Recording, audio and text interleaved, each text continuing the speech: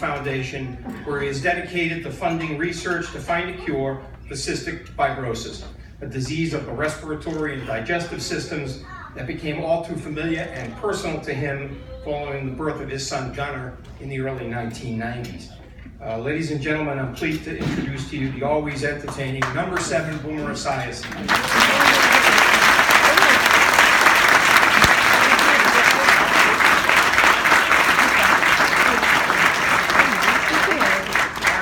And good afternoon. And yes, I did play for the Bengals, the Cardinals, and the Jets, otherwise known as the Bermuda Triangle of the NFL. So, I also do want to say that yes, for the last 15 years on CBS, I picked the Patriots to win the Super Bowl every single year. And they really let me down. They've only won 5. So, very disappointing, very disappointing. And I was drafted higher than Tom Brady. You know, the amazing thing about luncheons like this and fundraisers for hospitals like Boston Children's, it's near and dear to my heart because of my own story and our own life story with a son with cystic fibrosis.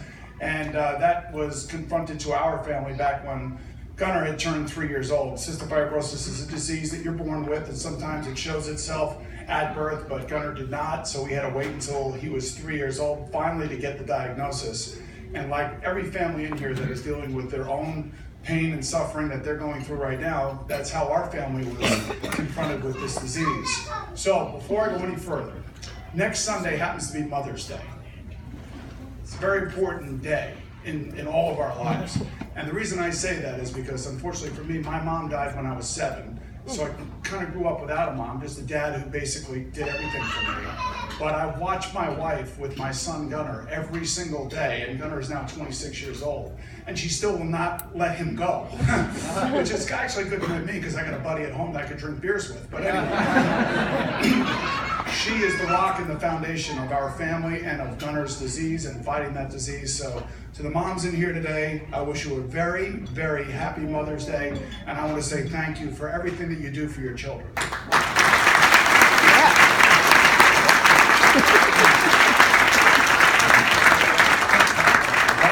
The story about when you have a person with cystic fibrosis in your house, especially a young person who doesn't understand all the aspects of the disease, it's about keeping everything clean because our CF people have to fight bacterial infections in their lungs and we don't want them to get sick. We don't want them to deal with colds because it just exacerbates the disease and the lungs become filled with heavy mucus, and it's a really tough time for them. And every day they have to battle the disease day in and day out to the tune of 2.5 to 3 hours every single day, assuming that they're not sick.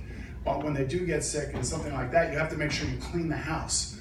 So it was about, Gunnar was in 7th grade, and he was, getting ready. He got invited to an 8th grade girls' party. By the 8th grade girls. Now, Gunnar has a younger sister, Sydney, who happened to be in 6th grade, and Sydney is adorable, Gunnar's best friend, but is also a tattletale at this point in her life. So she comes up to me and she says, "Dad, you're not going to believe this.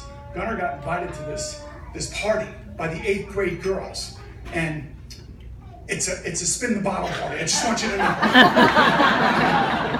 And I'm thinking, wow, that's pretty cool. After all, I am an NFL quarterback and I can dig that. And I said, my son is following right in my footsteps. This is awesome. So as Sydney is telling me this story and she has like the veins sticking out in her neck and she's got all this information, I look at her and I said, look, whatever you do, don't you tell your mother. Don't you tell your mother. Because as far as I'm concerned, your son is going to the spin the bottle party. I don't care what you say.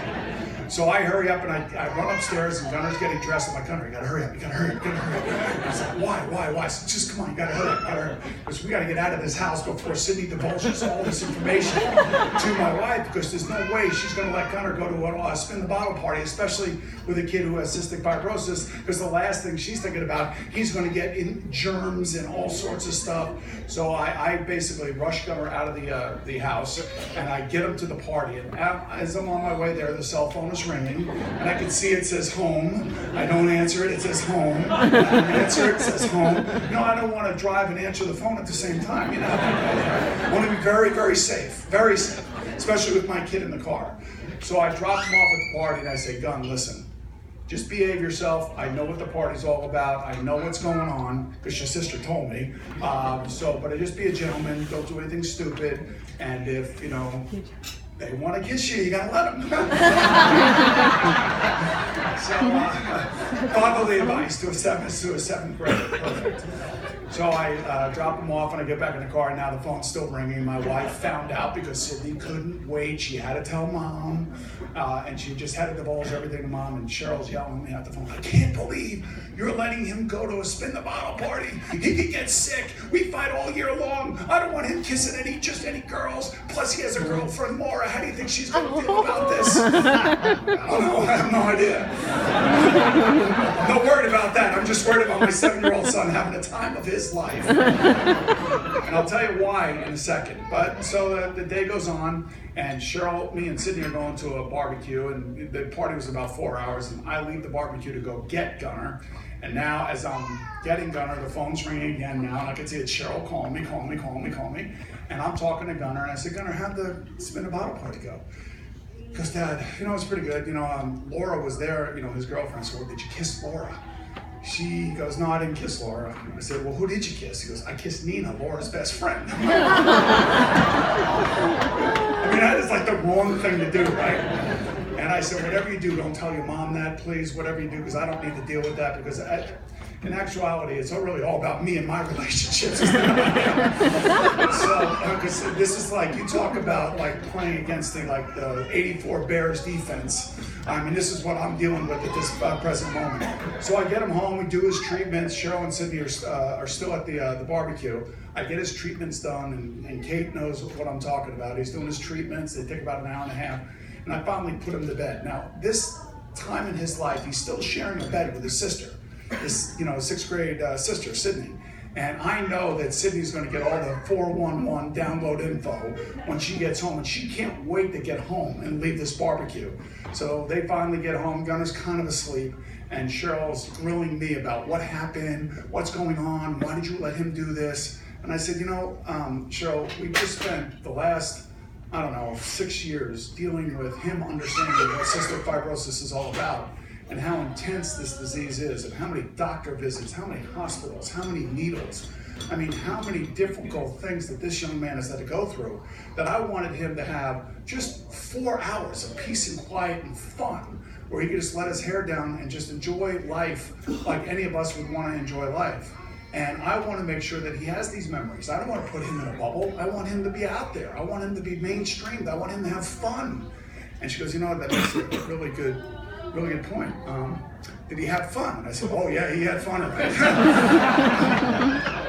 And she goes, well, tell me what happened. I said, well, he really wasn't too honest with me, and I didn't want to probe too much. He's, it's his first experience, and I think he's a little weirded out by the whole thing, and he's not really sure where he is. And I said, don't worry about it. We'll have some information tomorrow, I guarantee you. So we wake up for breakfast. And Sydney has never gotten up before 8 o'clock in the morning in her life. As a matter of fact, Sydney to this day still sleeps till noon. All right, so she comes downstairs, it's like 8 o'clock, and she is like bright red. And she's grabbing on me, she goes, Dad, do you know what happened last night? I said, I know. Gunner kissed Nina, Laura's best friend. It's not, oh, Dad, he kissed more than Nina. He basically was the only one who was doing all the kissing. You are raising the kissing bandit. I just want you to know that. I'm like, Sydney, did he divulge all this stuff upstairs to you? And she said, yeah, and he's really proud of it. I said, I'm kind of proud of it too. I mean, that kid basically won the Super Bowl as far as I'm concerned. So of course, now we sit down to breakfast, and now Mom's got to get involved, and Mom sees that Sydney's got the jugular pounding out of her neck, and she goes, Sydney, what happened? Well, you're not going to believe this.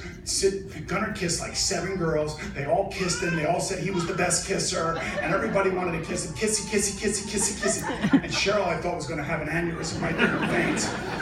All I know, she went and got the Listerine, and it was a white washing out the mouth for about an hour. But the point being is that no matter what the situation is, no matter what these kids are dealing with, they want to be normal. They want to go to games. They want to go to movies. They want to go to theater.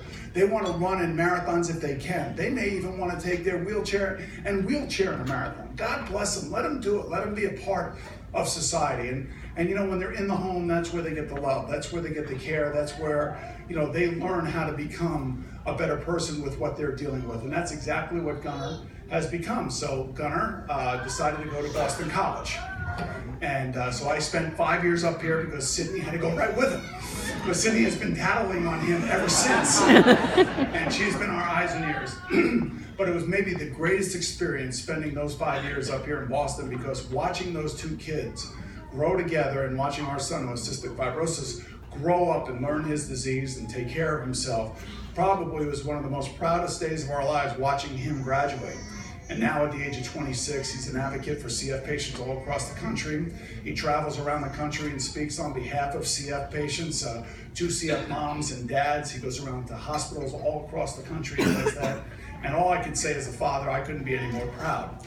So to all the folks in here who have special needs children, you will be amazed how fulfilled your life will be when the time comes for them to graduate grade school, graduate high school, graduate college, and go on and become, you know, a mainstream part of society, because we as a society now are so open to the ideas that all people can be a part of something special.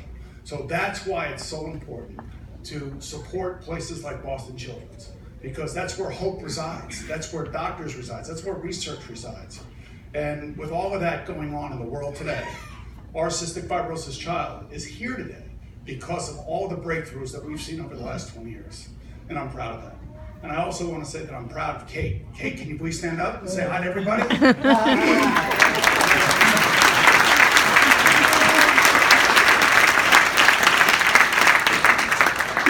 Hi, bud. How you doing? Thomas, come on, Thomas. I like Thomas. Thomas actually looks like Gunnar when he was a kid. So Kate happens to be a CF person, and Kate is 27 years old. She works in HR. She's not allowing that disease to take over her life because it doesn't define her. She's living, breathing, and succeeding through the trials and tribulations of a very nasty disease, but you would never know by talking to that lovely young lady. And that's why I know everybody in here can take a bout of inspiration from that. So with that, I say thank you, everybody. And thank you